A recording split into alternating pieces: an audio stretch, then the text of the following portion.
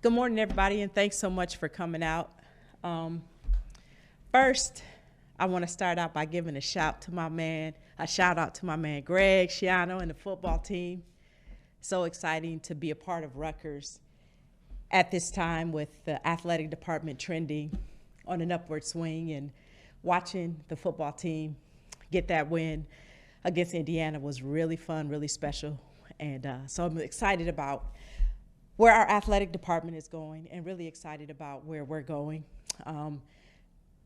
October is, to me, one of the most fun times of the year because that means basketball season is starting. So we're ready to go. We're excited about the start of the season, and just looking forward to building off of what we started last year and making some more steps and some more progress towards our ultimate goals. So take any questions. Yes. Hey again, Co. How would you describe first? I know you guys have taken steps to honor Nikki McCray-Penson. Mm-hmm. Just describe, I guess, kind of what the off season was like, and I'm sure you might wear patches this year, but just in general, how that is maybe has influenced this team, and how you behind the scenes, and of course playing like Saturday at South Carolina, just all that. That emotional time has entailed, and how you guys are gonna, I'm sure, have that message about her the whole year. Well, I think you hit it on the head. It was an emotional off season, no question. It was tough in July, when Nikki passed away. It was tough. One of the things that I think that we've tried to embrace is being a team of resilience and learning how to live with Nikki in a different way. So it's not about, for us, we got to move on and we got to move past it. No, we've got to learn how to live with Nikki in a different way. And so we talk about her often. We laugh about her. Nikki was hilarious, So it's just about learning how to live with her and the things that she brought to this program, to this team, to this university, to this athletic department. We want to keep those things near and dear to our hearts. And it's not about, we got to, win one for the Gipper and we got to play for Nikki. It's not about that at all. It's just about somebody that we loved is no longer with us in the same way she was before. So how do we live with her in a different way, and keep her memory alive in our hearts and in our spirit and in our locker room? And that's a journey. And it's a journey for all of us. It's a journey for us as a program, but it's one that we're prepared for and we're equipped for, and we're gonna do it. Nikki's always gonna be with us. And Coach, to a basketball perspective on the floor, you may never have, typically the schedule progresses, and you put your team right into under the lights against South Carolina. I don't know what I was thinking doing that. What might be the kind of you hope the long-lasting impact of, there's always a progression in preseason to be ready for the top 3 teams in your schedule. You'll arguably face your top 2 or 3 teams in your schedule right away. How might that influence things and maybe progression even within a preseason when it is so early? Well, I tell you, the thing that was great about playing South Carolina is that you get that challenge from day one, and it gives you an opportunity to see, okay, here's where we got to grow. Here's the things that we thought we were doing well, but we're not really doing them that well, or better yet, consistently. And that's one of the things that's what the non-conference portion of the schedule allows you to do, is to start to develop some consistency in the things that you want to do. And you play a top 5 team in the preseason. That gives you a chance to see, what are we doing consistently, what are we not doing consistently, and how do we elevate that consistency level as it relates to execution. We do have a pretty loaded non-conference schedule. I mean, we challenge ourselves. We play Virginia Tech. We play an Auburn team that competes in the SEC. We play Texas Tech. We play Princeton, an NCAA tournament team. We play Monmouth, another NCAA tournament team. So, we've got some tests early on, and it's important that we focus on us and our progression. I think that's one thing that this team learned last year, was not to get up and down with the wins and the losses and the this and that, but to really focus on ourselves, our progression. We're not looking for perfection, we're looking for progression. So how do we progress day in and day out, game in and game out, to be at a position where we're playing our best basketball in March? Coach, recruiting question. Mm-hmm. Being the state university, I'm wondering if you and your staff spend more time assessing Jersey kids, or is it across the board, whoever's good you're going after? It's both. You know, the benefit is we want to go after whoever's good. Well, it's a lot of good kids in Jersey, so you know that means I don't have to travel as much. I can just get in my car and drive, you know, an hour and see some good talent, and that's one of the benefits, one of the pleasures of being the State University of New Jersey. Is there's a lot of talent in the state. There's a lot of talent in the region. We always want to recruit the best kids, but we want to recruit the best kids that are a great fit for us and a great fit for our program, a great fit for the university. And that's something that you gotta feel out. You know, just because somebody is a great talent doesn't mean that talent belongs here. The fortunate thing, again, like I said, is there's a lot of really good talent here in New Jersey, and as much as possible, we want to keep that talent in state. A little bit on the two kids, Antonia and Destiny, how they're looking right now. You say, how are they looking right now? Yeah. Beautiful. They're amazing. I don't mean I mean ball players. Come on. That's what I'm talking about. They're beautiful and amazing as ball players. They're doing really well. You know, it's still early in the season, and as a team and as a unit, we're still feeling out. We're still in the filling out process. But Destiny has been an unbelievable addition to our team. She's an incredibly hard worker. I mean, I wish she wore knee pads because she dives on the floor so much. You know, she's just a tough player. And Antonia has improved dramatically since last year. Her confidence is sky high. She's playing a lot tougher. And so those two New Jersey kids, you know, are really, they're really going to be impactful players for us this year. And I'm looking forward to watching them on game day. From a basketball standpoint, your team like to, you know, really run the ball down the floor, play and transition with pace. Would you say that some of the additions that you made on the coaching staff and on the roster is going to reflect that, or are you kind of mold to whatever fits their skill sets the best? Again, a little bit of both. So we want to play fast and we want to be up tempo. So we try to recruit players that can execute that want to play fast and that thrive in an up tempo system. The additions on our coaching staff, Janine and NECA, the gifts that they bring to our coaching staff. Janine is, you know, she's spent a lot of years as an executive in the business world, and you know, she got her degree in computer science, so she has this analytical, statistical mentality, and so she's always bringing us the numbers and looking at the numbers and helping us quantify what does it look like to play at the pace that we want to play at.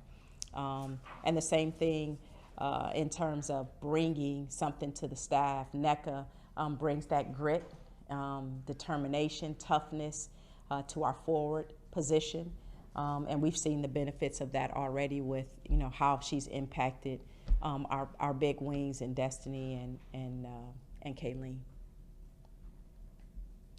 Hi. Hey. Could you talk about the impact your freshmen are having so far and how they're transitioning as they're getting ready for the season?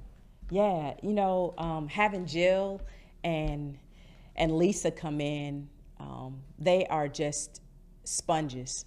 You know, they want to learn, they want to get better, they want to be impactful players on this level, and the gifts that they bring to the team really help us. So they fill some gaps. Jill is a phenomenal shooter. You know, she can just flat out shoot the ball, and so she's going to stretch the floor for us, give us a little bit more punch on the perimeter. And Lisa is as athletic as they come. You know, she's really fast, she can jump, she's you know, she's got that little shimmy to her game, right? She gives us another dimension, again, that we didn't quite have last year. And so as they're learning, as they're learning how hard it is on the Division I level, but they're sponges and they're picking things up really, really quickly. So, as they get more game experience, again, they're gonna be players that our fans are really gonna enjoy watching. Hi, Coach. Good morning. Morning. I wanted to ask you about the schedule. I think the first 5 out of 6 are at Jersey Mike's Arena, just establishing that home court, presence. And then you also play out in Las Vegas against Texas Tech and Boise State. So just wanted to get your thoughts on that. Well, definitely we wanted to give ourselves an opportunity to play in front of our fans. Jersey Mike's is one of the toughest, if not the toughest places in the country to play. And so giving our fans an opportunity to really get a chance to see who we are this year, embrace the new players, embrace the new coaches that have added to our staff. We definitely wanted to give our fans an opportunity to come out and support us. And also, give ourselves a chance to establish our style of play and how we're going to play by playing in the comforts of our arena. So, like I said, we've got a tough schedule. The Big Ten is a behemoth, and getting through that gauntlet is going to be incredibly tough. So we wanted to definitely use the non-conference portion of our schedule to gain some momentum and gain some confidence. Coach, we all remember last season this team only had 8 players on the roster. This year up to 11.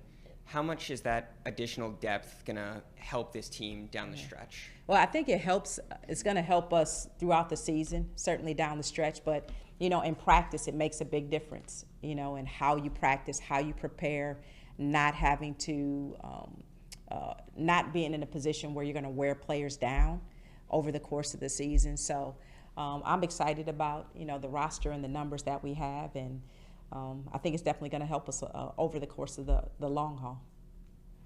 Hey, Coach, you're headed into your second season here at Rutgers. What would you say are the biggest things you guys need to improve on as a team from last year, or really focus on heading into the season? Probably the biggest thing is turnovers. Last year we had a lot of turnovers, and it definitely impacted our flow offensively. Sometimes the momentum offensively when you have the number of turnovers that we had. So if there's one thing that I would pick out is if we can improve our turnover numbers, I think we can score more points and put ourselves in a position to win more games down the stretch if the game is closer. Coach, I know the program, you've had to deal with the tragedy of losing Coach McCray-Penson. Obviously, we're able to honor her at South Carolina, and now yesterday with the news of Georgetown, Coach Tasha Butt's passing. How is the women's college basketball community, just how supportive have they been of you through that, and now you think they will also in turn do for Georgetown? One of the things about the women's game is there's such a sorority and a sisterhood throughout the game. So when Nikki passed, there was such a tremendous outpouring of support to myself personally, to our program, to our team, to our players. And we've seen that same thing towards Georgetown with the news of Tasha Butts yesterday. I think that's one of the special things about being in this game and being in this profession is, there's a strong support network, good and bad, on the good and bad days, but on the days when you really need to feel loved and cared for, you can count on this coaching network, this profession, to be there for us. What's it been like to be a part of this game when you're seeing some players kind of help with that popularity rise? You've got Iowa, who obviously packed in a football stadium just to watch an exhibition game, and for you guys to have to play against them, and Caitlin Clark coming here in January. What's it mean to be a part of the game when you can see that popularity rising? Yeah, it's fun, and it's you can't really put in words that you're a part of it, and you see how this game has grown over, certainly my lifetime, watching the WNBA go from its infancy to, now anything happens, it's on the ticker, right? And to be a part of that, to be a part of programs in my past that have had inflection points, I think it's for me, it's really gratifying to see that the game continues to grow. And so as a new generation of players comes along, you want them to have the opportunity to stay in this profession, you know, in some way, whether it's a reporter or GM or a coach or owner. You know, it's only a matter of time before, you know, one of the former players in the WNBA or one of, you know, a college superstar is going to be an owner of a team. So it's gratifying to be a part of it and to have a little bit of an impact on the growth of our game. So excited for another season to start and see that growth continue. Coach, Yeah. You've been with the returning players the whole year. Mm-hmm. Has the coach improved from a year ago because of your familiarity with them? Has the coach improved? Yeah, as a coach. You don't know how good a coach I am? I'm kidding. Has the coach improved? The coach has a better understanding of the returning players, what she can expect from them, what are things that cause them anxiety and stress, and what things put them in a space where they can be their best. So I think for me, the more that I have a feel for who these young women are, the better I think I'm able to get their best out of them. And that's what I look at as my job on game day is, can I put them in an environment where they can be their best? And sometimes they're going to be their best, sometimes they're not, because they're teenagers. And so what causes them to not be at their best can be different things.